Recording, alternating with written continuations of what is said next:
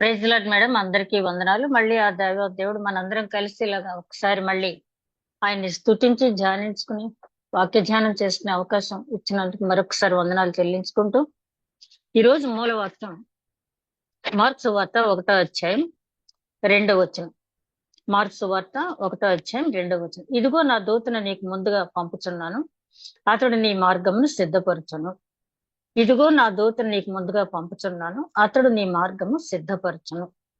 ప్రేమ madam మా తండ్రి ఇంతవరకు క్షేమంగా కాపాడి సంరక్షించి నాయన అడ్వెంట్ లోనే నాయన సెకండ్ వీక్ లో ప్రవేశపెట్టినందుకు, థర్డ్ వీక్ లో ప్రవేశపెట్టినందుకు వందనాలు. దయగల మా ప్రభ, మేమేమై ఉన్నామో కేవలం అది నీ ఉచితమైన కృపలైనా తండ్రి. మా జీవితంలో ఎన్నో అడ్వెంట్లు, క్రిస్మస్లు, న్యూ ఇయర్స్, ఈస్టర్, గుడ్ ఫ్రైడ్స్ ఎన్నో వెళ్ళిపోతున్నాయి తండ్రి.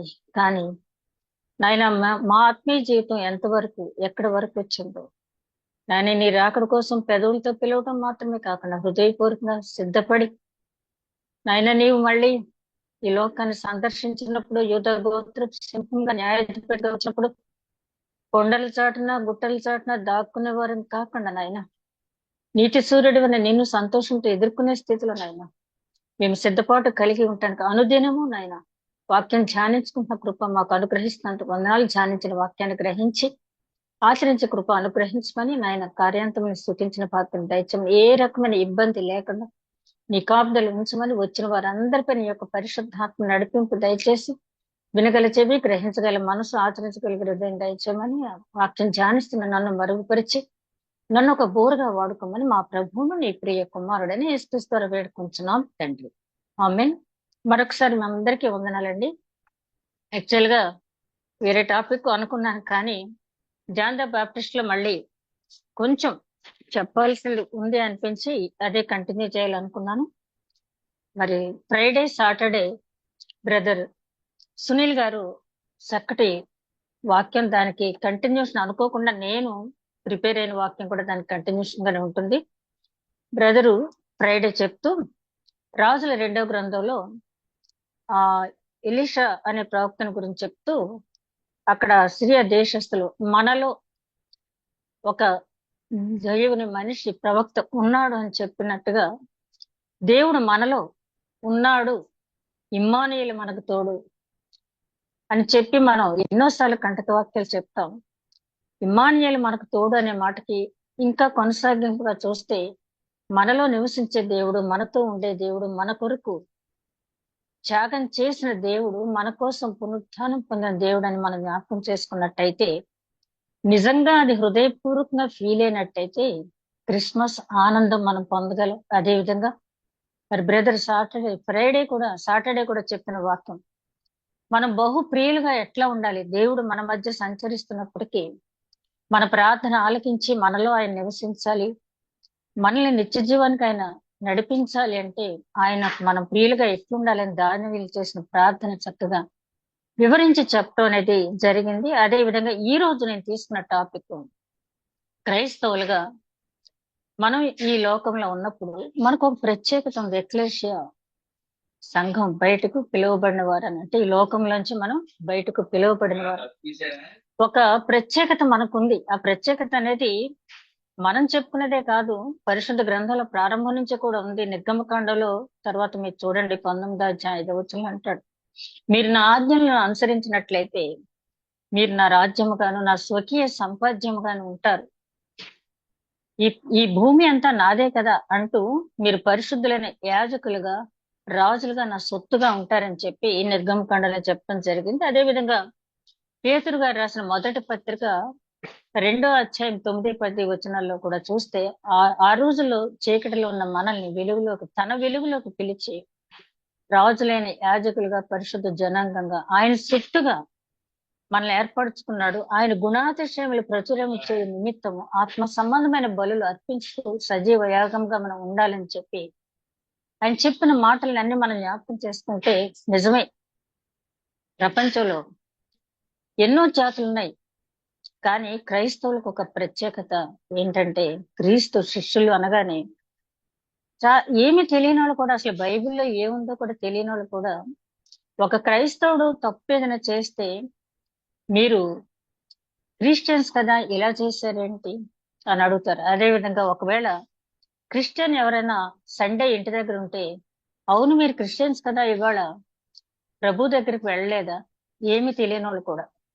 అదే విధంగా ఈవేళ మీరు వాక్యం వినటానికి వెళ్ళలేదా అని రకరకాలుగా అడుగుతూ ఉంటారు. అంటే క్రైస్తవులు అనేది ఒక ప్రత్యేకత అన్య జనుల్లోనూ కూడా ఉంది. వారి దేవుణ్ణి అంగీకరించిన లేకపోయినా మనకు ఒక గౌరవం ఆయన అంగీకరించడం వల్ల ఆయన మనకి ఇవ్వటం జరిగింది. అయితే ఆ గౌరవాన్ని పొందిన మనం ఆ గౌరవానికి తగినట్టుగా జీవిస్తూ ఉన్నామా? పేతురు గారు అంటారు, మిమ్మల్ని పిలిచిన పిలుపు చాలా ఉత్తమమైనది, శ్రేష్టమైనది, కాబట్టి దానికి అనుగుణంగా మీరు ఉండండి, నడవండి. మరి ఓల్డెన్ డేస్ లో లాటిన్ లో క్రిస్టియన్స్ అంటే దర్శన్స్ అనేవాళ్ళు అంట. లాటిన్ లో అంటే దర్శనాలు పొందేవారు. క్రిస్టియన్స్ అంటే అప్పుడు క్రిస్టియన్స్ అనబడలేదు. అపోస్తల కార్యాలు 13వ అధ్యాయం వచ్చే వరకు కూడా మొట్టమొదటిగా అంత్యోక్యలో క్రైస్తవులను పిలువబడ్డారు. కానీ అంతకుముందు వివిధ పేర్లతోటి పిలిచేవాళ్ళు. ముఖ్యంగా లాటిన్ లో దర్శన్స్ అనేవాళ్ళు. అంటే క్రిస్టియన్స్ అంటే దర్శనాలు పొందేవారు అని చెప్పి. దర్శనం పొందటం అంటే మామూలు అంశం కాదంటే క్రిస్టియన్ అనే దానికి అంత విలువైన పదాలు అక్కడ వాడటం జరిగింది. అయితే ఇక్కడ జాన్ ద బాప్టిస్ట్ జీవిత చరిత్ర అంతా కూడా మనం 2 వీక్స్ ధ్యానించాం. ఆ ధ్యానించిన తర్వాత ఈ క్రిస్మస్ కాలంలో మొదటి ఆగమనం అయిపోయింది. ఆగమనంలో జరిగిన సంగతులన్నీ మనకు తెలుసు. అలాగే రెండో రాకడలో ఏం జరగబోతుందో ముందే మనకు సిలబస్ ఆయన ఇచ్చేశారు. ప్రిపేర్ అవటం మాత్రమే మనకి.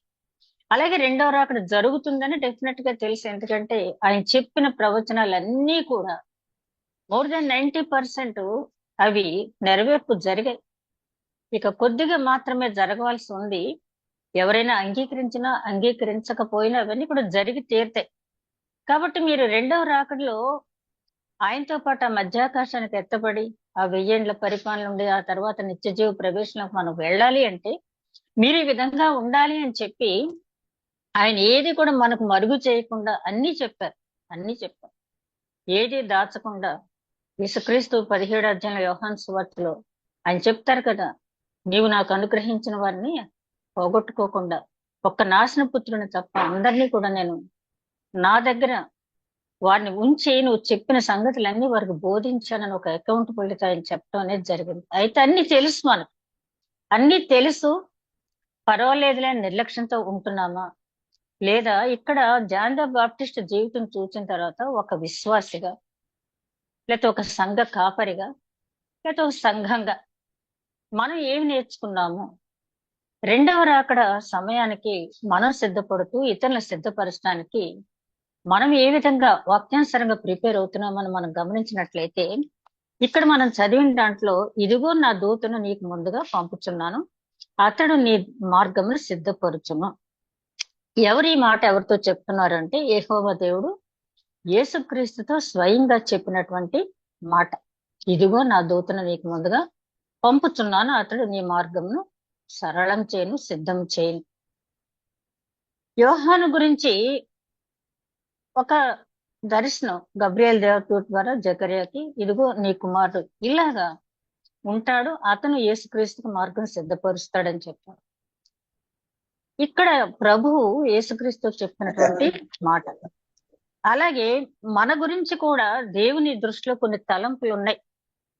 మనందరి గురించి కూడా ఆయన దృష్టిలో కొన్ని తలంపులు ఉన్నాయి. మనం బాప్తిస్మం తీసుకుని క్రైస్తవుడుగా, క్రైస్తవురాలిగా మనం బహిరంగంగా నేను క్రీస్తు శిష్యురాలిని మనం ప్రకటించుకున్న తర్వాత మనం కూడా పలానా విషయాలు నెరవేర్చాలి అని ఆయన గుణాతిశయములు ప్రచురం చేసే వాళ్ళలో ముఖ్యులుగా మనం ఉండాలని చెప్పి ఆయన ఆలోచించడంలో తప్పు లేదు. ఎందుకంటే మన కోసం ఒక రకంగా ఏ యోగ్యత లేని మన కోసం ఆయన విలువైన రక్తాన్ని చిందించారు. కాబట్టి విలువ పెట్టి కొనబడిన వారు, పేతురు గారు చెప్పినట్టుగా వెండి బంగారం చేత మిమ్మల్ని కొనలేదు, కానీ శ్రేష్టమైన, అమూల్యమైన, పవిత్రమైన, పరిశుద్ధమైన రక్తం ద్వారా మిమ్మల్ని ఆయన కొన్నారని చెప్తున్నారు. అంత విలువైనటువంటి వేల చెల్లించిన మరి క్రైస్తవుడు అంటే నిజంగా తలుచుకుంటే చాలా మనం ఆలోచించవలసింది ఏంటంటే ఆ విలువ, మన విలువ ఎంతంటే క్రీస్తు రక్తం అంతా.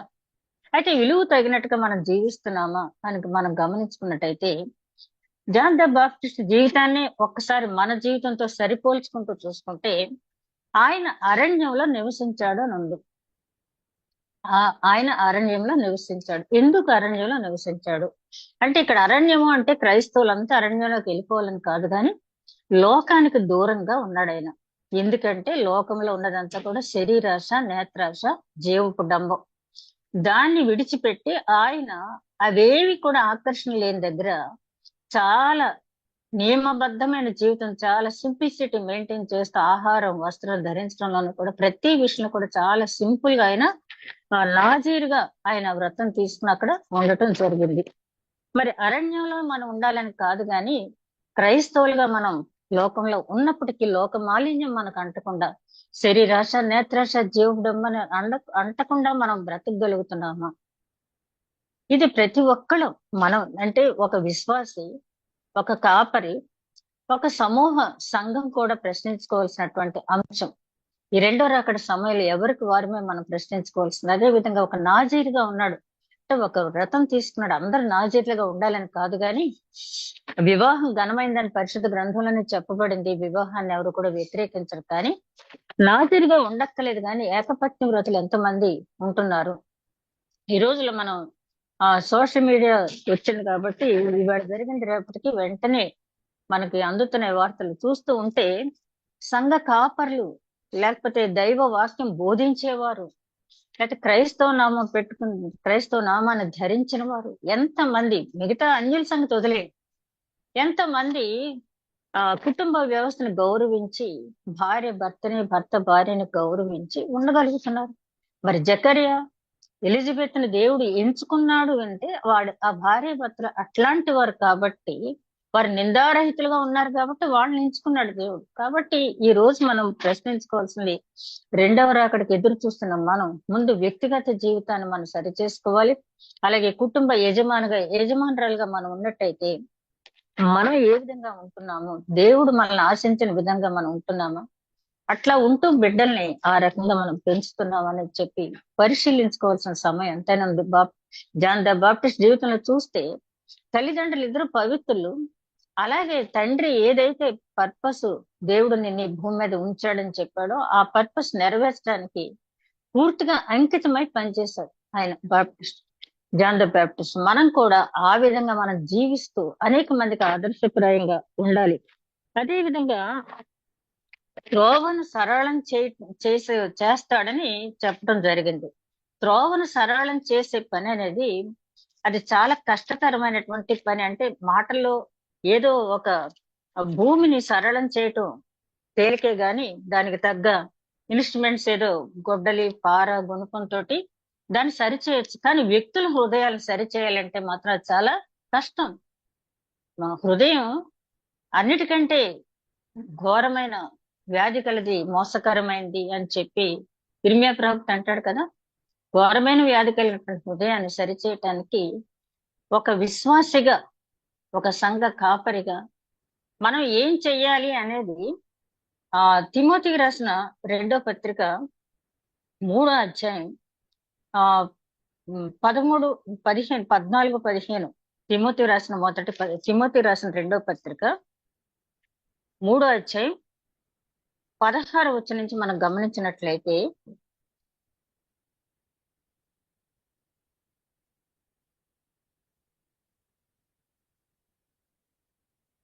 దైవజనుడు సన్నద్ధుడై ప్రతి సత్కార్యమునకు పూర్ణంగా సిద్ధపడి, దైవజనుడు అంటే ఇక్కడ సంఘ కాపరి మాత్రమే కాదు, ఇందాక మనం జ్ఞాపకం చేసుకున్నాం కదా, మనందరం యాజకులమే, మనందరం దైవజనులమే, మనందరికీ కూడా బాధ్యత ఉంది. మనం దేనికి సిద్ధపడాలి? రెండో రాకడ సమయంలో మనం దేనికి సిద్ధపడాలి, ఇతరులు సిద్ధపరచడానికి ముందుగా మనం దేనికి సిద్ధపడాలి అనేది మనం ఇక్కడ ఆలోచించుకున్నట్లయితే, ఆ 16వ వచనం చూస్తే, దైవజనుడు సన్నద్ధుడై ప్రతి సత్కార్యమునకు పూర్ణముగా సిద్ధపడి ఉండునట్లు. మనం ప్రతి సత్కార్యానికి సిద్ధపడి అంటే పూర్ణ అంగీకారంతో ఉంటున్నామా లేదని ప్రశ్నించుకోవాలి.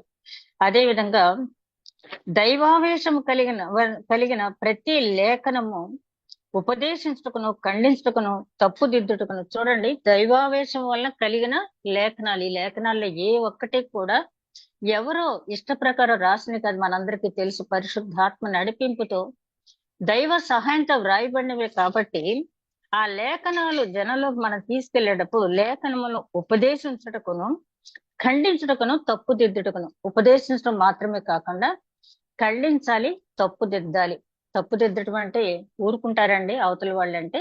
మనం చెప్పే విధంగా చెప్పాలి. చెప్పిన తర్వాత వాళ్ళలో మార్పు తీసుకురావడానికి ప్రయత్నం చెయ్యాలి. అలా చెయ్యాలి అంటే ముందు మన జీవితం వాళ్ళకి మాదిరికరంగా ఉండాలి.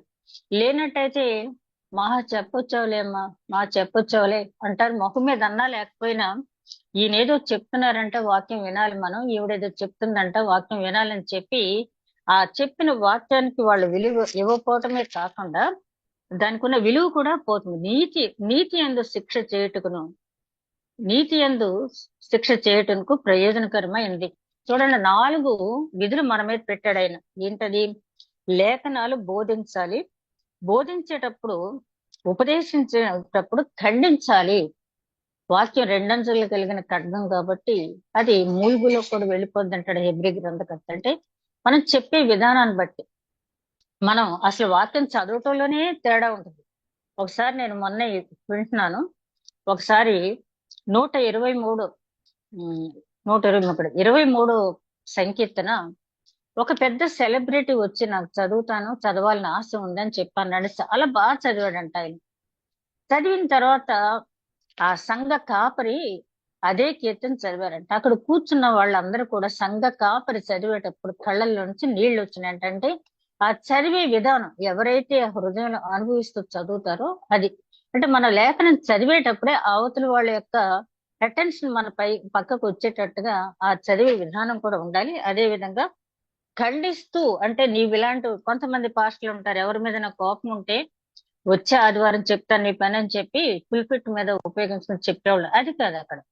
ఖండిస్తూ అంటే వ్యక్తిగతంగా కాదు, కానీ ఒక తప్పు చేసేటప్పుడు మనం కొరింథీయులకు రాసిన 2వ పత్రికలో చూస్తాం కదా, అక్కడ మొదటి పత్రిక 5వ అధ్యాయంలో జారత్వం జరుగుతుందని చెప్పి పౌలు గారు చాలా ఖండించారు. ఖండించిన తర్వాత వాళ్ళలో మార్పు వచ్చింది. వచ్చిన తర్వాత ఆయన అదే 2వ పత్రిక 7వ అధ్యాయం 10వ వచనం అంటాడు, మిమ్మల్ని దుఃఖ పెట్టాను, నేను బాధపడలేదు, కానీ దైవ చిత్తానుసారమైన దుఃఖం రక్షణార్థమైన మారు మనసు కలుగు చేస్తుంది కాబట్టి మీలో మార్పు కలిగినందుకు నేను సంతోషిస్తున్నాను అంటాడు. అట్లాగా అంటే మనం ఖండించే విధానం ఇతరుల మేలు కోసం మనం చేస్తున్నాము అనే భావన వాళ్ళలో రావాలి.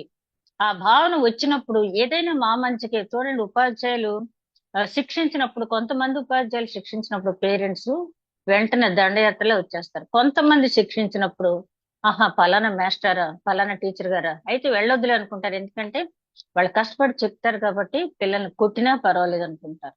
అలాగే తప్పు దిద్దాలి, ఖండించాలి, నీతి యందు శిక్షణ కూడా వారికి ఇవ్వాలి. నీతి యందు శిక్షణ కూడా 2 ఇవ్వాలి. ఇది మనం ఎంతవరకు చేయగలుగుతున్నాం. ఇది చెయ్యాలి అంటే ముందు వాక్యం మనకి బాగా తెలిసి ఉండాలి. ఆ తెలుసున్నప్పుడు ఒక వ్యక్తిని మనం గద్దించేటప్పుడు గాని, ఒక వ్యక్తికి మనం ఉపదేశించేటప్పుడు గాని, ఏ వాక్యం ఏ రిఫరెన్స్ తీసుకుని చెప్తే ఇక్కడ బాగుంటుంది అని చెప్పి ఆ రిఫరెన్స్ తీసుకుని దాన్ని వివరించి చెప్పగలిగినప్పుడు, ఎందుకంటే మన సొంత మాటలు మనం ఎప్పుడు కూడా చెప్పకూడదు. అలా చెప్పినప్పుడు తప్పకుండా వాళ్ళలో మార్పు వస్తుంది. ఇన్ని ఉంటాయి. మార్పును సరళం చేయటం అంటే ఉపదేశించాలి, ఖండించాలి, తప్పుదిద్దాలి, నీతిలో శిక్షణ ఇవ్వాలి. ఈ 4 కూడా బాప్తిస్మ ఇచ్చే యోహాను చేశారు. ఆ జీవితాన్ని మనం పరిశీలించినట్లయితే అలాగ మనం చేయగలుగుతున్నామా?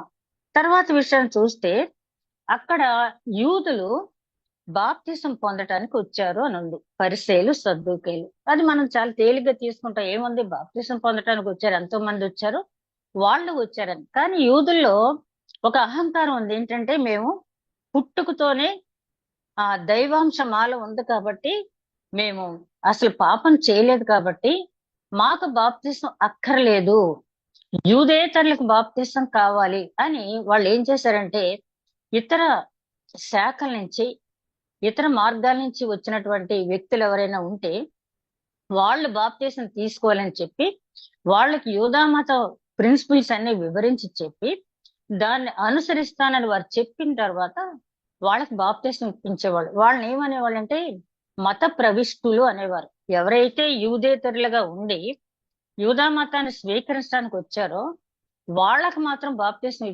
ఇప్పించి వాళ్ళని మత ప్రవిష్టులు అనేవారు. అంతే తప్పించి బోర్న్ జ్యూస్ ఎవరు కూడా బాప్తిసం తీసుకునే వాళ్ళు కాదు. ఎందుకంటే వాళ్ళకి ఒక నమ్మకం, మాకు అక్కర్లేదు బాప్తిసం. మన దేశంలో కూడా, భారతదేశంలో కూడా మరి సౌత్ నార్త్ లో చూసుకుంటే, ఉత్తర భారతదేశం వాళ్ళు ఏమంటారంటే మాది పుణ్యభూమి అంటారు.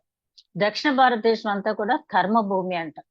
వాళ్ళు అక్కడ పుట్టడం వల్లే వాళ్ళ పుణ్యం వచ్చేస్తంటే వాళ్ళకి ఏమీ కూడా అడ్డు ఉండదంట వాళ్ళు స్వర్గానికి వెళ్ళటానికి. కానీ దక్షిణ భారతదేశంలో కర్మభూమి కాబట్టి వీళ్ళు ఎప్పుడు కూడా ఆ కర్మ ఫలితాన్ని అనుభవిస్తారు. క్రియా ఫలితం అంటాం కదా, అందుకనే వాళ్ళకి ఉత్తర భారతదేశం వాళ్ళకి కొంచెం దక్షిణ భారతదేశం వాళ్ళు అంటే ఒక రకమైన, అక్కడ బ్రాహ్మిన్స్ అని ఇక్కడ బ్రాహ్మిన్స్ వాళ్ళు బ్రాహ్మిన్స్ గా ఒప్పుకోరు. వాళ్ళకి ఏంటంటే మాది పుణ్యభూమి, మీది కర్మభూమి. అలా యూదుల్లో కూడా మేము దైవాంశ సంభూతులం కాబట్టి, దేవుడు మాలోంచి వచ్చాడు కాబట్టి మేము బాప్తిసం తీసుకోక్కర్లేదు. కానీ వాళ్ళకి తెలియని విషయం ఏంటంటే, పౌలు గారు చక్కగా చెప్పారు కదా, మరి 5వ అధ్యాయంలో మన రోమాపత్రిక 5వ అధ్యాయంలో చూస్తే, 3వ అధ్యాయంలో అందరూ పాపం చేసి దేవుడు అనుగ్రహించే మహిమను పొందలేక ఉన్నారని చెప్పి 5వ అధ్యాయానికి వచ్చేటోడికి ఎందుకు అందరూ పాపం చేశారు, ఏ ఒక్కడు ఎందుకు మంచిగా లేరు అంటే ఆయన చక్కగా వివరించాడు. మనంతా కూడా ఆదాం నుంచి వచ్చిన వాళ్ళమే కాబట్టి, ఆదాం పాపం చేశాడు, ఆదాం దగ్గర నుంచి వచ్చాం కాబట్టి మనలో అది ఉంది, ఆ పాపం అనేది మనం ఉంది. రక్షణ పొందాలి, అందరూ కూడా పొందవలసింది. అందులో ఏ రకమైనటువంటి ఎక్సెప్షన్ లేదు ఎవరికి కూడా అని చెప్పి ఆయన చక్కగా వివరించి చెప్పడం జరిగింది. అయితే యూదులు ఇది మిస్ అయ్యి మేము బాప్తిసం పొందక్కర్లేదు అని చెప్పి అనుకున్నారు. కానీ అక్కడ యోహాను గారు ఉపదేశించిన ఉపదేశం విని వాళ్ళు మాకు కూడా బాప్తిసం అవసరమే అని చెప్పి వాళ్ళుగా రియలైజ్ అయ్యి అక్కడికి వచ్చారు. అందుకని ఆయన అంటాడు, సర్ప సంతానమా, మిమ్మల్ని ఇక్కడ పంపించింది ఎవరు, మీకు బుద్ధి చెప్పిన వారు ఎవరు? ఎందుకంటే ఇంతకాలం కూడా మీకు బాప్తిసం అక్కర్లేదని చెప్పి విర్రవీగారు కదా, ఇప్పుడు ఇంతకయ్యా పరిగెత్తుకొచ్చారని చెప్పి అనటానికి కారణం ఏంటంటే, వాళ్ళు మేము అబ్రహాం సంతానము అది అని చెప్పి వాళ్ళు సృష్టికర్తను ఏ రకంగా గౌరవించాలి అది గౌరవించకుండా వాళ్ళు ఏదో చాలా అధికులమని ఫీల్ అయ్యేవాళ్ళు. కానీ జాన్ ద బాప్టిస్ట్ ఎంతగా వాళ్ళని ప్రభావితం చేశాడంటే, అటువంటి పరిసయ్యులు, సద్దూకయ్యులు అంటే ఎవరు వీళ్ళు, దేవుని మందిరాల్లో సునగోగుల్లో అక్కడ అర్చనాదులు చేసేవాళ్ళు, దైవ కార్యాలు చేసేవాళ్ళు. ఎక్కువగా ఈ సద్దూకయ్యులు వాళ్ళు ఏంటంటే పునరుత్థానం లేదని, వాళ్ళు పునరుత్థానాన్ని నమ్మరు. పరిసయ్యులు పునరుత్థానం ఉందంటారు.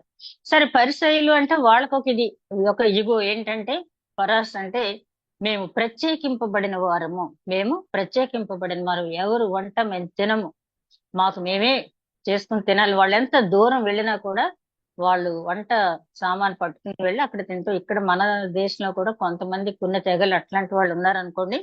అట్లాంటి ఇగో ఉన్నటువంటి పరిసయ్యులు, అట్లాంటి వ్యతిరేక భావాలన్నటువంటి సద్దూకయ్యులు ఇద్దరూ కలిసి బాప్టిస్ట్ తీసుకోవడానికి అక్కడికి వచ్చారు అంటే జాన్ ద బాప్టిస్ట్ వాళ్ళ మీద ఎంత ప్రభావం చూపించారు, ఎంతగా ఉపదేశించాడు, ఎంతగా ఖండించాడు, ఎంతగా వాళ్ళ తప్పులు వాళ్ళ మనసు నొచ్చుకోకుండా ఎత్తి చూపగలిగాడు, నీతి మార్గం గురించి వాళ్ళకి ఏ రకంగా ఉపదేశించాడు. మరి మనం మాట్లాడినప్పుడు, మనం చెప్పినప్పుడు బాప్తిసం నిజంగా ఆ విధంగా వచ్చే పాపాలు ఒప్పుకుని బాప్తిసం ఎవరైనా తీసుకోవాలి అంటే ఆ రకంగా మనం చెప్పగలుగుతున్నామా? అలా చెప్పకుండా ఏదో ముంచేస్తే ఒక మూకుమ్మడిగా బాప్తిసం ఇవ్వటం వల్ల దానివల్ల ఏమి కూడా ప్రయోజనం అనేది లేదు. ఆ తర్వాత మనం గమనించినట్టయితే John the Baptist moral values కూడా సువార్తతో పాటు ఆయన యాక్చువల్ గా ఆయన దూత అంటే, ఒక మాటలో చెప్పాలంటే వార్తను అందించి వెళ్ళేవాడిని దూత అంటాం.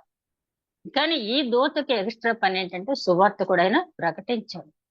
ఈయన ప్రకటించేటప్పుడు ఒక దేవుని సువార్త ప్రకటించడం మాత్రమే కాకుండా సంఘంలో మోరల్ వాల్యూస్ అనేవి కూడా ఉండాలి అని చెప్పి ఆయన హెరోదుని ఎందుకు హెచ్చరించాడంటే, ఒకటి అతను నీతి మార్గాన్ని తప్పిపోతున్నాడని ఒకటిని, హేరోదు చక్రవర్తి యథారాజా తథా ప్రజ అన్నారు కాబట్టి రాజే మార్గం తప్పితే మిగతా వాళ్ళు కూడా అదే పని చేస్తారు. అందుకే కదా ఎస్తేరు గురించి అప్పుడు వస్తే బయటికి వెళ్ళినప్పుడు ఆస్థానంలో ఉన్నవాళ్ళు అహష్వేరోషుతో ఏమంటారు, రాజా ఇది నీకు ఒక్కడికి జరిగిన అవమానం కాదు, నువ్వు గనక గట్టి చర్య తీసుకోకపోతే రేపటి నుంచి మా భార్యలు మేము ఇంటికి వెళ్ళినప్పుడు మా ముఖం మీద తలుపులు వేస్తారు, కాబట్టి నువ్వేమైనా సరే వస్తీని పంపించేయాలని చెప్పి అంటారు. అలాగా రాజు ఆదర్శప్రాయంగా ఉండాలి కాబట్టి అక్కడ హెరోదుని పని కట్టుకుని వెళ్ళి తనకు శిరచ్ఛేదన జరిగితే జరిగింది, మరణశిక్ష విధించబడితే విధించబడింది. కానీ రాజు మార్గం తప్పుతున్నాడు, మొత్తం రాజ్యం అంతా మార్గం తప్పిపోద్ది, నైతిక విలువలనే ఉండవు రాజ్యాలు అని చెప్పి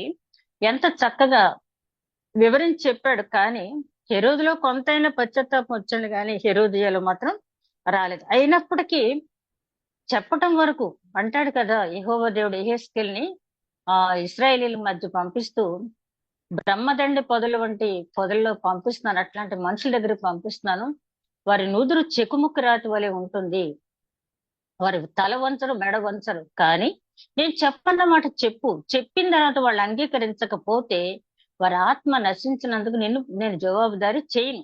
కానీ నువ్వు వీళ్ళు ఎలాగో వినరు కదా అని యోనాలాగా చెప్పకుండా ఉన్నట్టయితే నిన్నే వాళ్ళ ప్రాణానికి జవాబుదారిని చేస్తానన్నాడు. కాబట్టి దేవుని దూతగా ఉన్న మనం ఎవరైనా విన్నవ్వండి అంటే జోరీగలాగా చెప్పమని కాదు, కానీ పదే పదే దేవుని వాళ్ళు తెలుసుకునేటట్టు. ఎందుకంటే నిన్ను వలే నీ పొరుగు వారిని ప్రేమించుము అన్నప్పుడు మన బిడ్డలు ఒక తప్పు చేస్తే ఒకసారి చెప్పాను, 2 సార్లు చెప్పాను, వాళ్ళ కర్మ వదిలేసానని అనుకోం కదా మనం. వాళ్ళు వినే వరకు విసుగు వచ్చినా కూడా చెప్పుకునే ఉంటాం, ఎందుకంటే వాళ్ళలో మార్పు రావాలి. అట్లాంటి ప్రేమ, ఆ అగపే ప్రేమ మనలో ఉండాలి. ఎప్పుడైతే ఆ బాప్తిస్మం తీసుకున్నామో, ఆయన రక్షకుడిగా అంగీకరించాము, ఆ ప్రేమ మనం కనపరిచినప్పుడు నిజమైన క్రిస్మస్ ఆనందం మనలో అనేది ఉంటుంది. అదే విధంగా ఆయన జాన్ ద బాప్టిస్ట్ లో ఉన్నటువంటి చాలా మంచి గుణం ఏంటంటే, చెప్పాలంటే చాలా గొప్పగా తన గురించి తను చెప్పుకోవచ్చు. ఇదిగో యేసుక్రీస్తు నాకంటే 6 నెలలు చిన్నాడు, నేను యాజక వంశం నుంచి వచ్చాను, మా నాన్న మెయిన్ ప్రీస్ట్, మా అమ్మ ఇలాగా, మా వంశం ఇది లేవి వంశం, ఇలా చెప్పుకోవచ్చు. ఎక్కడ చెప్పుకోలేదు, సరే కదా. అతని దగ్గరికి శిష్యులు వస్తా ఉంటే అతను ఏమన్నాడంటే, నేను తగ్గవలసి ఉన్నది, ఆయన హెచ్చవలసి ఉన్నది, ఆయన చెప్పులు వారు విప్పుటకైనా నేను యోగ్యుడను కాదు. యూదుల్లో ఒక ఆచారం ఉంది ఏంటంటే, చెప్పులు వారు వాళ్ళ బానిసలు కూడా తీయరంట, విప్పరంట. అంటే బానిస కూడా పని చేయడానికి ఎవరు చెప్పు వారు వాళ్ళే తీసుకోవాలి, ఆ పని ఎవరు కూడా చేయరు. అయితే యోహాన్ గారు ఏమంటున్నాడు, ఆయన చెప్పుల వారు విప్పుటికైనా నేను యోగ్యుడని కాదంటాడు ఒక చోట, అయితే ఆ చెప్పులు మోయిటికైనా నేను తగిన వాడను కాను అంటాడు. అంటే అంత తగ్గింపు స్వభావం. ఆ తగ్గింపు స్వభావం ఎప్పుడైతే మనలో ఉందో అంత మాత్రమే కాదు, తన సామర్థ్యాన్ని, కృపావరాలు ఒక్కొక్కరికి ఒక్కో రకంగా ఉంటది. ఒక్కొక్కరి మంచి స్వరం ఉంటది, బాగా పాడగలరు మన మేడం లాగా. అయితే ఆ బాగా పాడటం ఆవిడకేనేంట్లే, నేను పాడలేనా, ఇలా నేను చేయలేనా అనే కదా దాతాను అబీరాము కోరహు అన్యాగ్ని తీసుకుని వెళ్ళి మొత్తం వంశాలను పోగొట్టుకున్నారు కదా. నేను చేయలేనా అనే మాట ఇప్పుడు కూడా రాకూడదు. దేవుడు నాకు ఇది ఇచ్చాడు, చెప్పేశాడు దేవుడు అతనికి, చెప్పాడు, నువ్వు ఆ కుమారుడికి నువ్వు మార్గం సిద్ధం చేయటం వరకే నీ పని అని చెప్పి దేవుడు ఆజ్ఞను పాటించాడు. అయితే ఎంతమంది ఆ రకంగా, ఆయన చాలా చెప్తాడు, ఆయన పంపించిన తన కుమారుడికి కొలత లేని ఆత్మను అనుగ్రహించాడు. కొలత లేని ఆత్మను ఆయన ఏదైనా చేయగలడు, నేను కొంతవరకే చేయగలను. అందుకనే నీ అనుగ్రహ ఐశ్వర్యం నుంచి నీవందరినీ ఐశ్వర్యవంతులు చేయగలవాడు అని చెప్పి ఫిలిప్పీ పత్రికలో పౌలు గారు అంటారు. అలాగా కొలత లేని ఆత్మ తన కుమారుడికి ఇచ్చాడు దేవుడు. నాకు పరిమితమైన పని మాత్రమే చేయటానికి దేవుడు నాకు అనుమతి ఇచ్చాడు. కాబట్టి దేవుడు ఎంత పని చేయమంటే ఆ పని నేను చేస్తాను. ఉజ్జయ ఏం చేశాడు, నిజంగా ఉజ్జయ చేసిన సంస్కరణలు చూస్తే మతిపోద్దు మనకి. అంత మంచి సంస్కరణ చేశాడు. చేసి చివరికి అహం పెరిగిపోయి ఇన్ని చేశాను కదా అని చెప్పి ఆ చివరికి యాజకత్వం కూడా చేయటానికని వెళ్ళిపోయి చివరికి ఆ కుష్టు వ్యాధి తెచ్చుకున్నాడు. నేను ఎందుకు చెయ్యకూడదు అని అనుకుని ఆ రకంగా వెళ్ళి తన వంశాన్ని కూడా తను పోగొట్టుకున్న వాళ్ళని మనం చూస్తాం. అయితే ఇక్కడ ఈ క్రిస్మస్ కాలం మనం నేర్చుకోవాల్సింది ఏంటంటే, ఫర్ ఎగ్జాంపుల్ ఇప్పుడు క్రిస్మస్ కార్యక్రమాలు వస్తూ ఉంటాయి. కొంతమంది కొన్ని తలాంతులు ఇస్తారు, పాడగలిగిన వాళ్ళు పాడనివ్వాలి, చెప్పగలిగిన వాళ్ళు చెప్పనివ్వాలి, అంతేగాని నేను మాత్రం పాడలేనా అని చెప్పి ఇతరులు మనం ఇబ్బంది పెట్టకూడదు. అదే విధంగా నేను మాత్రం చెప్పలేనా అని చెప్పి అనుకోకూడదు. జాన్ ద బాప్టిస్ట్ జీవితం మనం చూసినప్పుడు దేవుడు నీకు ఎంత వరకు ఎంత తలాంతు ఇస్తే, ఆయన 2 తలాంతులు ఇచ్చిన వాడిని మెచ్చుకున్నాడు, ఆయన 5 తలాంతులు ఇచ్చిన, అంటే సామర్థ్యం తెలుసు ఎవరికి ఎంత ఇవ్వాలని. ఆ తలాంతు మనకి ఇచ్చిన దాన్ని బట్టి మనం అయ్యో నాకు ఈ వరం ఉంటేనా నేను ఎంత చేసేద్దును అనుకుంటాం కాదు. మనకున్న చిన్న వరం, మనకున్న చిన్న ఆ ప్రత్యేకతతో ఎంత వరకు మనం దేవుని కార్యం మనం చేయగలుగుతున్నాం. ఒక ఓపెన్ మీటింగ్, అది గ్రౌండ్స్ లో మీటింగ్ జరుగుతుంటాయి కదా, అక్కడ ప్రసంగికుడికి ఎంత దేవుని అనుగ్రహం కలుగుద్దో, అక్కడ దాన్ని సిద్ధపరచడానికి ఆ గ్రౌండ్ అంతా శుభ్రం చేసిన వాళ్ళకి కూడా అదే ఫలితం దక్కుద్ది. అంతే కదా, దావీదు మహారాజు అంటాడు కదా, యుద్ధానికి వెళ్ళిన వాడికి ఎంత ప్రతిఫలమో ఆ సామాన్ల దగ్గర కాపలా కూర్చున్నవాడు కూడా అంతే ఇవ్వాలని చెప్పి. కాబట్టి నీకు ఇచ్చిన తలాంతు ఏదైతే ఉందో దాన్ని ఉపయోగించుకోవటానికి చూడాలి. అంతే తప్పించి నాకు అది ఉంటేనా, నాకే గనక మంచి పాట పాడటం వస్తే నవ్వో ఎంత బాగా పాడేసి నేను ఎంత మందికి ఆ కీర్తన ద్వారా చెప్పేసేదాన్నో, చెప్పేవాడినా అని చెప్పి అనుకోకూడదు. మనకిచ్చిన తలాంతిని బట్టి ఈ రెండవ రాకడ సమయంలో చాలా సమయం చాలా తక్కువగా ఉంది, మెళకువగా ఉండి ప్రార్థన చేయండి, దొంగ వలె వస్తానని చెప్పాడు. కాబట్టి ఆయన మనకిచ్చిన తలాంతులను ఉపయోగించుకుని మనం పనిచేస్తూ ఉన్నప్పుడు నిజమైన క్రిస్మస్ ఆనందం మనం పొందుతాం. అదే విధంగా మరి ఈ జాన్ ద బాప్టిస్ట్ ఎవరి కోసం పంపించారు అనేది అక్కడ లూకాసు సువార్తలో చెప్పబడింది. ఎవరైతే దేవుని రాక కోసం ఎదురు చూస్తూ ఉన్నారో వారిని ఆయన దగ్గరికి పంపించడానికి ఈయన ఏర్పాటు చేయబడ్డాడు. అంటే ముందు మనం చేయవలసిన పని, ఎవరైతే వాక్యం కోసం ఎదురు చూస్తూ ఉన్నారో, చాలా మంది నేను అదే చూస్తాను, ఏమీ లేకుండా ఎక్కడికో వెళ్ళి అసలు యేసుక్రీస్తు అనే పేరు కూడా సరిగ్గా తెలియని వాళ్ళ దగ్గరికి వెళ్ళి ఏదో మేము డ్యూటీ చేసాము, అవన్నీ కూడా వీడియోలోకి వెళ్తే సోషల్ మీడియాలోకి వస్తాయి, అక్కడి నుంచి ఏ గొడవలు వస్తాయి, మేము పెద్ద హీరోలు అయిపోతాం, లేకపోతే పెద్ద సెలబ్రిటీస్ అయిపోతాం అనుకుంటారు ఏమో నాకు తెలియదు. కానీ ఏమి కారణం లేకుండా వెళ్ళి ఎక్కడో కరపత్రాలు పంచిపెట్టేసి వస్తారు, అవి ఎక్కడో పడిపోతాయి, దాని గురించి ఎవరూ పట్టించుకోరు. అలా కాకుండా పదే పదే మనం ఆసక్తి ఉన్న వాళ్ళ దగ్గరికి వెళ్ళి మనం, ఆయన అంటాడు కదా కందాకే ట్రెజరర్ ఏమంటాడు, నువ్వు చదువుతున్నది నీకు అర్థమవుతుందని అడిగితే ఎవరైనా వివరించి చెప్పకపోతే నాకు ఎట్లా అర్థమవుతుంది. ఇట్లాగా ఈ రోజులో వివరించి చెప్పే వాళ్ళు కొరతగా ఉన్న సమయంలో మరి ఆ గొల్లలకి ఏమాత్రం జ్ఞానం ఉంది వాళ్ళకి? వాళ్ళు విన్న వాటిని కన్న వాటిని సంతోషంతో వాళ్ళు చాటిస్తూ వెళ్ళిపోయారు. జ్ఞానులు వాళ్ళకున్న జ్ఞానాన్ని బట్టి చెప్పారు, గొల్లలకి వాళ్ళకున్నటువంటి జ్ఞానాన్ని బట్టి చెప్పారు. అలాగే నువ్వు నేను కూడా ఈ రెండవ రాకడ సమయంలో మనం చేయవలసిన పని, నిజమైన క్రిస్మస్ ఆనందం మనం పొందాలి అంటే ఎవరైతే దేవుని వాక్యం వినాలని ఆశతో ఎదురు చూస్తున్నారో, ఇంకా దేవుని గురించి తెలుసుకోవాలని ఆశపడుతున్నారో వాళ్ళకి మనం ప్రకటించినట్లయితే అదే నిజమైనటువంటి ఆనందం. అదే విధంగా ఇక్కడ ఈయన్ని ఒక సంధానకర్తగా కూడా మనం చూడవచ్చు. సంధానకర్త అంటే ఫర్ ఎగ్జాంపుల్ మనం పెద్ద పెద్ద మీటింగ్స్ లో చూస్తూ ఉంటాం, ఒక పెద్ద ప్రసంగికుడు వచ్చి ప్రసంగించేసి వెళ్ళిపోతాడు. వెళ్ళిపోయే ముందు ఏం చేస్తారంటే ఆల్టర్ కాల్ ఇస్తారు. ఎవరైనా రక్షణ పొందాలి అనుకున్న వాళ్ళు ఉంటే రండి, ఇక్కడ రండి, మీ కుడి చేయి ఎత్తండి, మీరు రక్షణ పొందాలి అంటే నేను ప్రార్థిస్తాను, లేకపోతే ఇక్కడికి రండి, ఆల్టర్ కాల్ ఇస్తారు, వెళ్తారు. అంతే, అయిపోయింది. ఈ సభలో ఎంతమంది రక్షింపబడ్డారని చెప్పేసి వెళ్ళిపోతారు, వాళ్ళ అకౌంట్ అది వేసుకుంటారు. నిజంగా వాళ్ళంతా రక్షింపబడ్డారా? ఆ కాసేపట్లోనే దేవుడి గురించి వాళ్ళు తెలుసుకోగలరా? కాసేపట్లోనే వాళ్ళ పాప క్షమాపణ అనుభవం వస్తుందా? ఆ కాసేపట్లోనే వాళ్ళలో మారు మనసు అనుభవం వస్తుందా? ఆ కాసేపట్లోనే దేవుని గురించి తెలుసుకోగలరా వాళ్ళు? ఏమీ జరగని పని అది. కాబట్టి అంటే ఎక్కడైనా రేర్ కేసెస్ లో జరగవచ్చు. అంటే ఆసక్తి ఉన్న శక్తిని బట్టి. ఇప్పుడు బిల్లీ గ్రహం గారు ఉన్నారు, ఆయనకి మొదట్లో ఇంట్రెస్ట్ లేదు. ఆయన ఏదో ఎస్టేట్లు అంటే మనం ఏదో అనుకుంటాం కదా, వ్యవసాయ భూములు కదా, ఆ వ్యవసాయ భూమిలో పనిచేసుకుంటూ ఉంటే స్నేహితుడు వచ్చి పలానా మీటింగ్ జరుగుతుంది, వెళ్దాం వస్తావా అంటే నాకు ఇంట్రెస్ట్ లేదు అంటాడు ఆయన. లేదులే, నాకు కనీసం మీటింగ్ దగ్గర దింపేసి వచ్చే అంటాడు ఆయన. సరే దింపుదామని వెళ్తాడు ఆయన.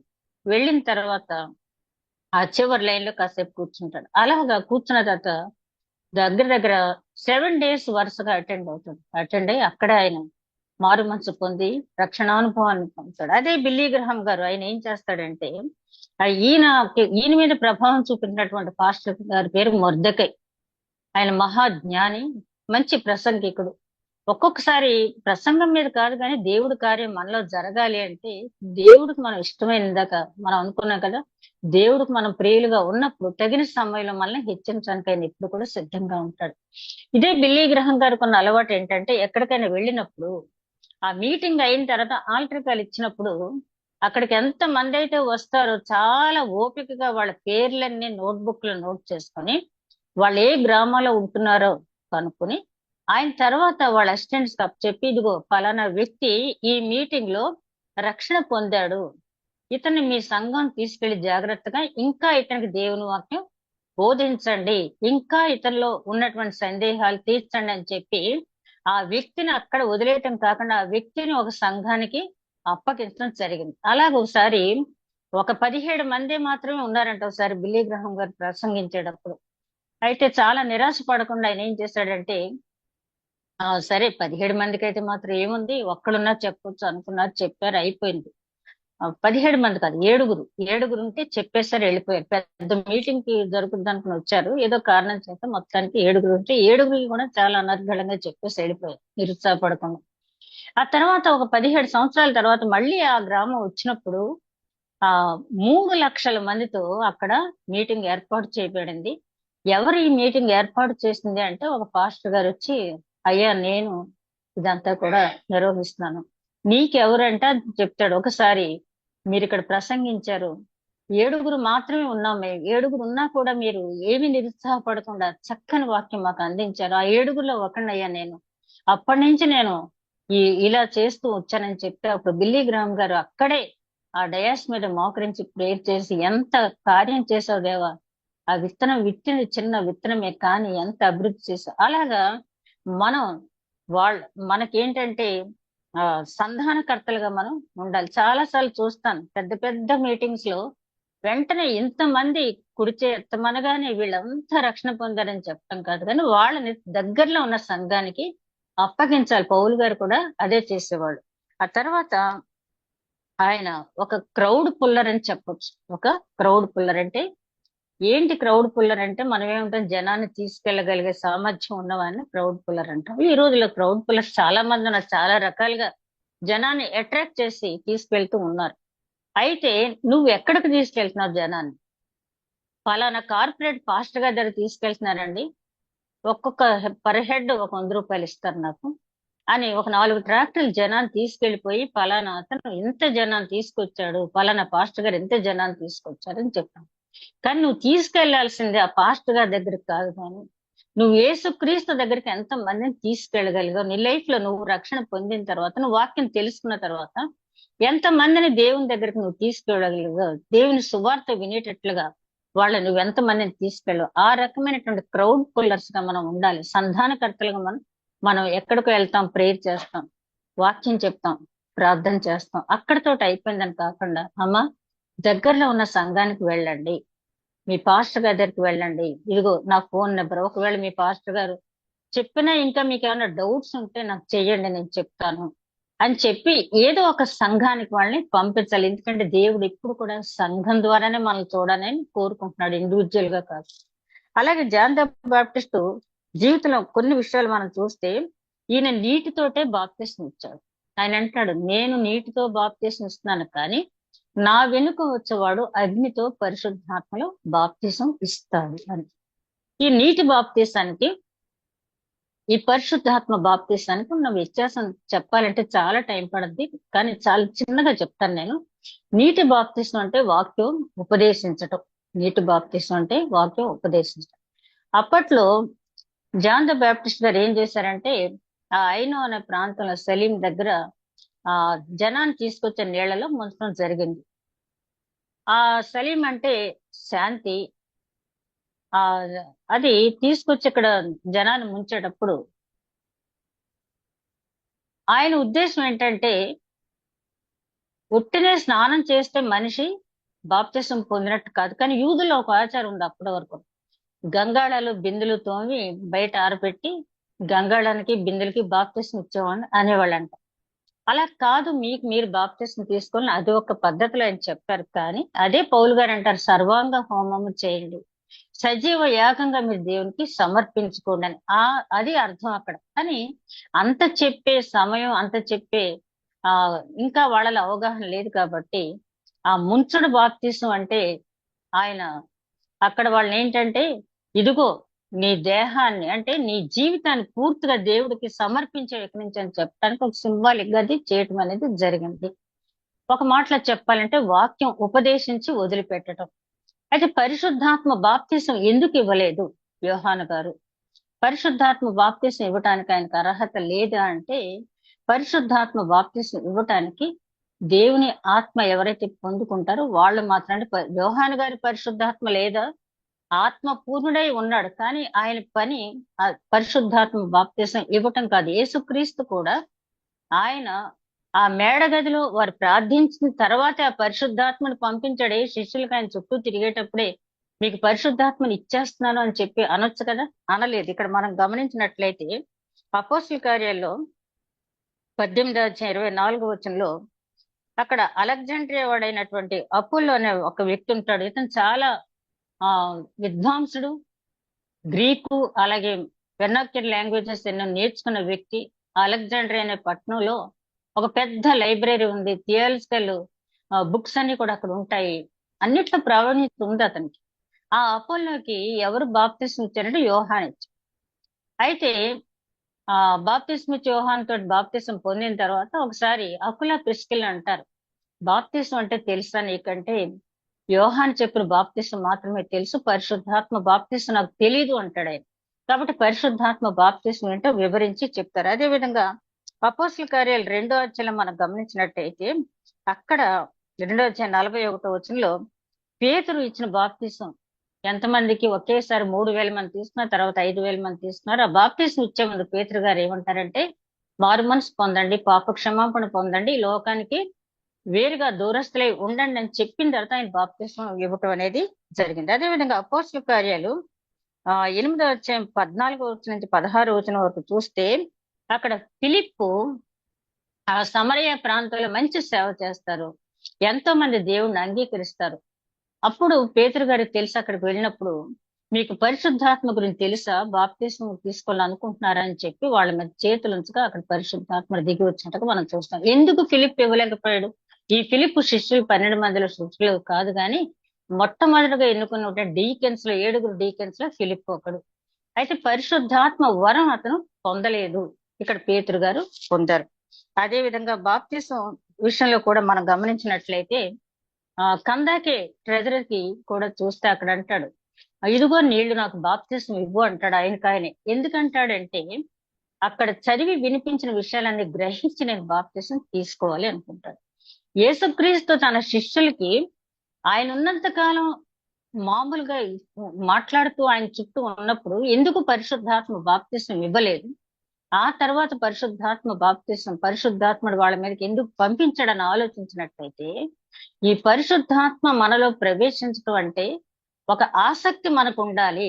మనం లూకా సువార్త 24వ అధ్యాయంలో చూస్తే ఎమ్మాయి గ్రామస్తులు అక్కడ సిలువ వేయబడిన క్రీస్తుని చూసిన తర్వాత వాళ్ళు తిరిగి వెళ్ళిపోతూ ఉంటారు.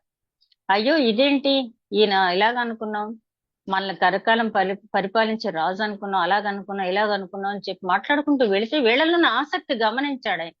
గమనించినప్పుడు వాళ్ళతో మాట్లాడుతూ మందమతులారా అని చెప్పి మాట్లాడి, మోషే ధర్మశాస్త్రం తెలుసుకోరు మీరు, లేఖనాల సారాంశాలు తెలుసుకోరు, ప్రవక్తల ప్రవచనాలను మీరు అర్థం చేసుకోరు, ఏది అర్థం చేసుకోకుండా జరుగుతున్నవన్నీ వాటిలో ఉన్నాయని జరుగుతున్నాయని మీకు తెలియదా అని చెప్పి ఆయన గద్దించి మాట్లాడినప్పుడు వాళ్ళ హృదయాలు ఏమని మండిని, అదే దహించు అగ్ని.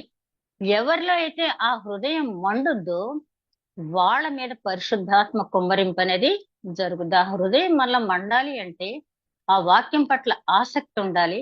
అదే విధంగా ఆ వాక్యం కోసం సాక్షిగా నిలబడాలని ఒక కమిట్మెంట్ మనలో ఉండాలి. ఆ ఎమ్మాయి గ్రామస్తులు ఏం చేశారు? అది విన్న వెంటనే మళ్ళీ తిరిగి వాళ్ళ ఇళ్లకు వెళ్లకుండా మళ్ళీ తిరిగి ఆ మేడ గదిలో తిరిగి ప్రార్థించడానికి వాళ్ళు వెళ్ళారు. అలాగే అపోస్తల కార్యాల గ్రంథాలను చూస్తే మనం ఆ 1వ వచనం నుంచి 8వ వచనం మొదటి అధ్యాయంలో అక్కడ పరిశుద్ధాత్మ పొందక ముందు దేవుడు వాళ్ళకి 3 ఆజ్ఞలు ఇచ్చాడు. ఏంటంటే, మీరు యెరూషలేములోనే ఉండండి, ఎడతెగక ప్రార్థన చేయండి, భూ దిగంతముల వరకు నా సాక్షులై ఉండండి. అదే ఆజ్ఞ ఇవాళ మనకు కూడా ఆ పరిశుద్ధాత్ముడు మనలో నివసించాలంటే అదే ఆజ్ఞ మనకి ఇస్తూ ఉన్నాడు ఆయన.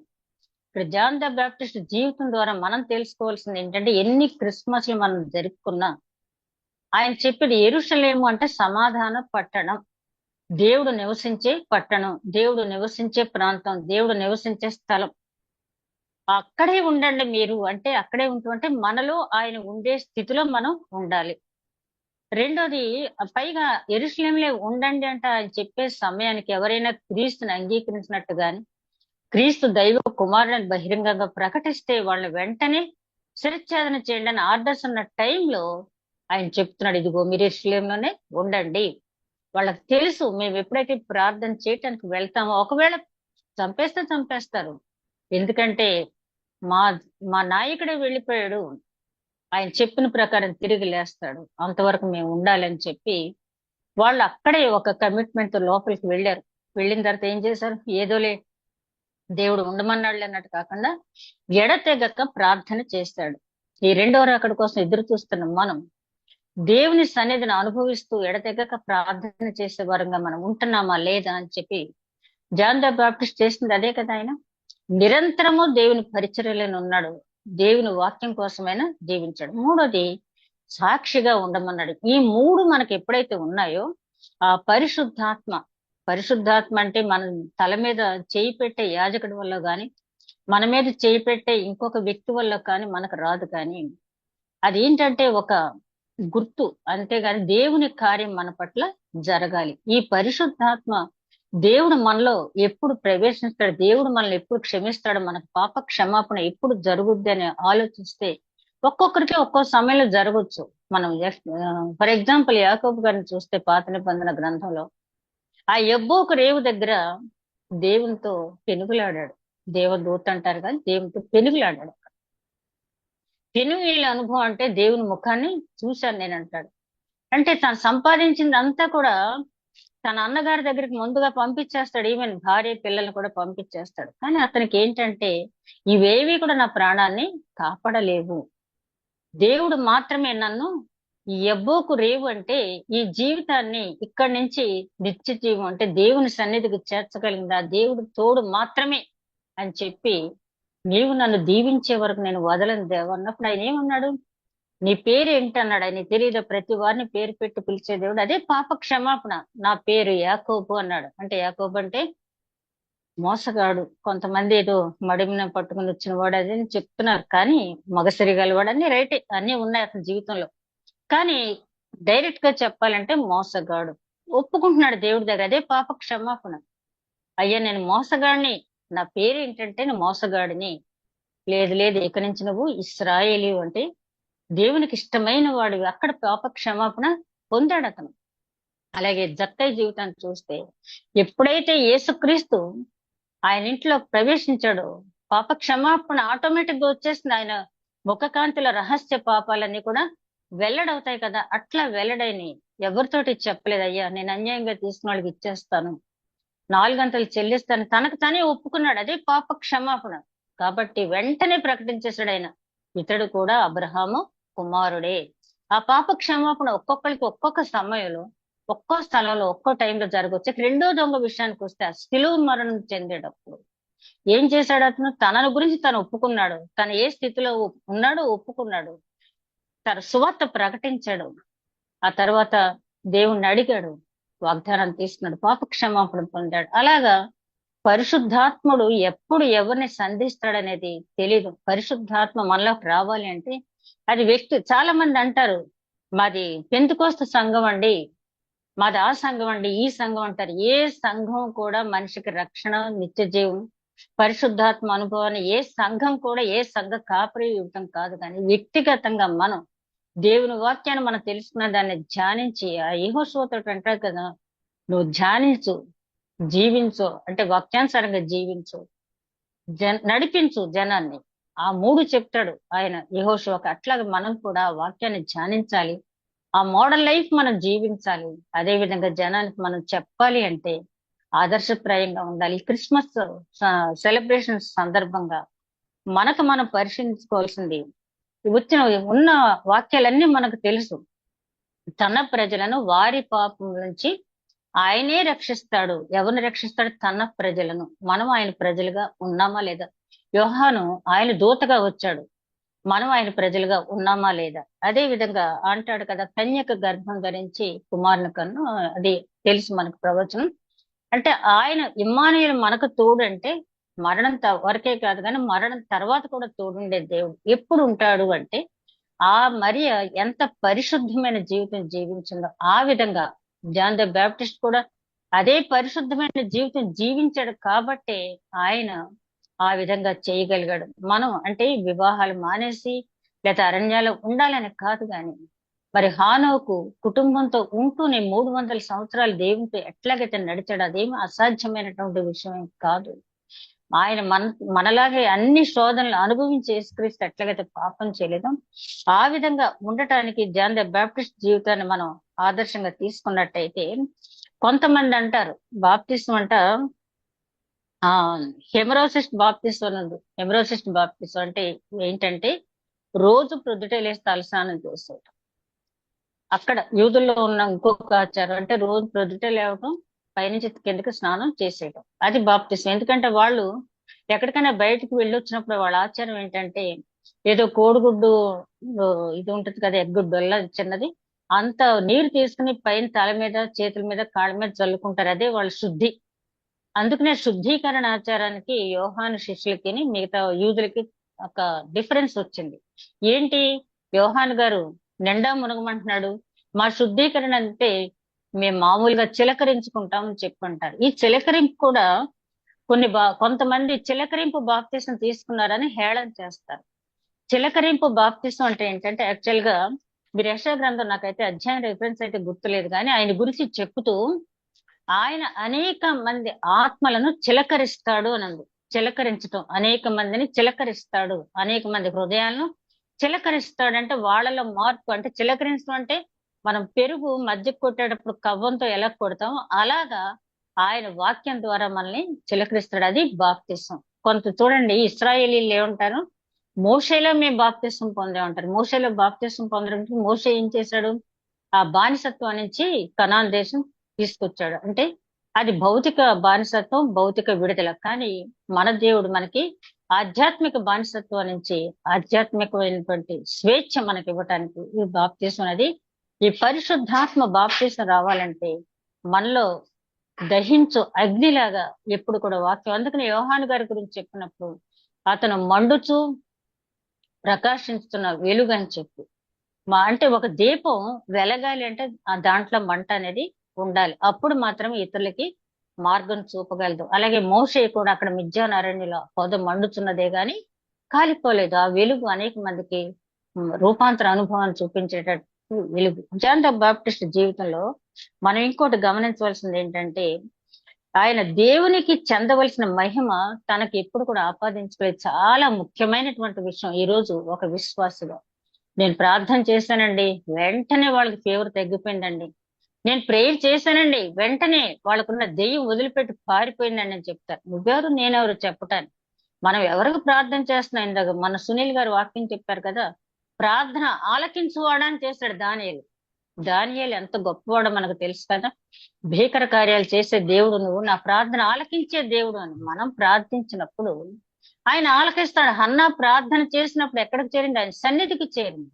అట్లా మనం ప్రార్థించినప్పుడు ఆయన ఆలకించే కార్యక్రమం చెయ్యాలి తప్పించి నేనేదో చేశానండి అక్కడ కార్యం జరిగిందని చాలా మంది ఎక్కువైపోయారు ఈ మధ్య. నాకైతే మొన్న ఒక కార్పొరేట్ పాస్టర్ గారి జన్మదినోత్సవ వేడుకలని సోషల్ మీడియాలో చూపించారు. నాకు ఇంకా ఆ మాట అనొచ్చు అనకూడదని చాలా అసహ్యం పుట్టింది. ఎందుకంటే ఒక లక్షలాది జనం అటు ఇటు నిలబడి హల్లెలూయా హల్లెలూయా అంటూ ఉంటే ఆయన ర్యాంప్ మీద వాకింగ్ 2 చేతులు అటు ఇటు పెట్టి, అంటే వీళ్ళకున్న కోరికలన్నీ తీర్చుకోవటానికి సేవల్లోకి వస్తున్నారా? నిజంగా అలాంటి చూస్తే మిమ్మల్ని బట్టే కదా నా నామం అన్యజనుల మధ్య దూషింపబడుతుందని చెప్పి ఇట్లాంటి వాళ్ళు తెలుసుకోవాల్సింది. జాన్ ద బాప్టిస్ట్ జీవితం ఎంత ఆదర్శప్రాయమైన జీవితం, ఎంత సింప్లిసిటీ ఆయన మెయింటైన్ చేశాడు. దేవుని దూత అంటే ఆ విధంగా ఉండాలి. నిజమైన క్రైస్తవుడుగా ఆ విధంగా మనం ఉన్నప్పుడు మాత్రమే లోకానికి మనం సాక్ష్యం ఇవ్వగలం. ఆయన ఎంత చక్కగా చెప్తాడు, నేను పెండ్లి కుమారుడు స్నేహితుడు లాంటి వాడిని, పెండ్లి కుమారుడు రాగానే నేను తప్పుకోవాలి, పెండ్లి కుమార్తె కలవాడే ఆ పెండ్లి కుమారుడు, నాకు అంటే సంఘం అక్కడ. అంటే దేవుని మహిమకు నాకు సంబంధం లేదు, అసలు పోల్చుకోలేను అని చెప్పి ప్రతి ఆస్పెక్ట్ లో నేను చెప్పడం అనేది జరిగింది. నువ్వు నేను కూడా ఈ రోజు తెలుసుకోవాల్సింది, క్రైస్తవులు అని చెప్పుకుంటాం మనం ఎంత వరకు జాన్ ద బాప్టిస్ట్ జీవితం విన్న తర్వాత మనల్ని మనం వాక్యం చెప్తున్న నేను వింటున్న ప్రతి ఒక్కరు కూడా చెక్ చేసుకోవాల్సింది.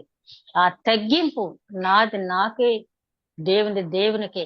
ఆయన ఏమంటాడు? కైసరు కైసరికి, దేవుని దేవునికి. మన దేవుని మహిమ ఎప్పుడు కూడా మనుషులకి ఆపాదించకూడదు. హెరోద్ దగ్గరికి వెళ్ళి ఇది దైవ స్వరమే కానీ మానవ స్వరం కాదు అన్నారు.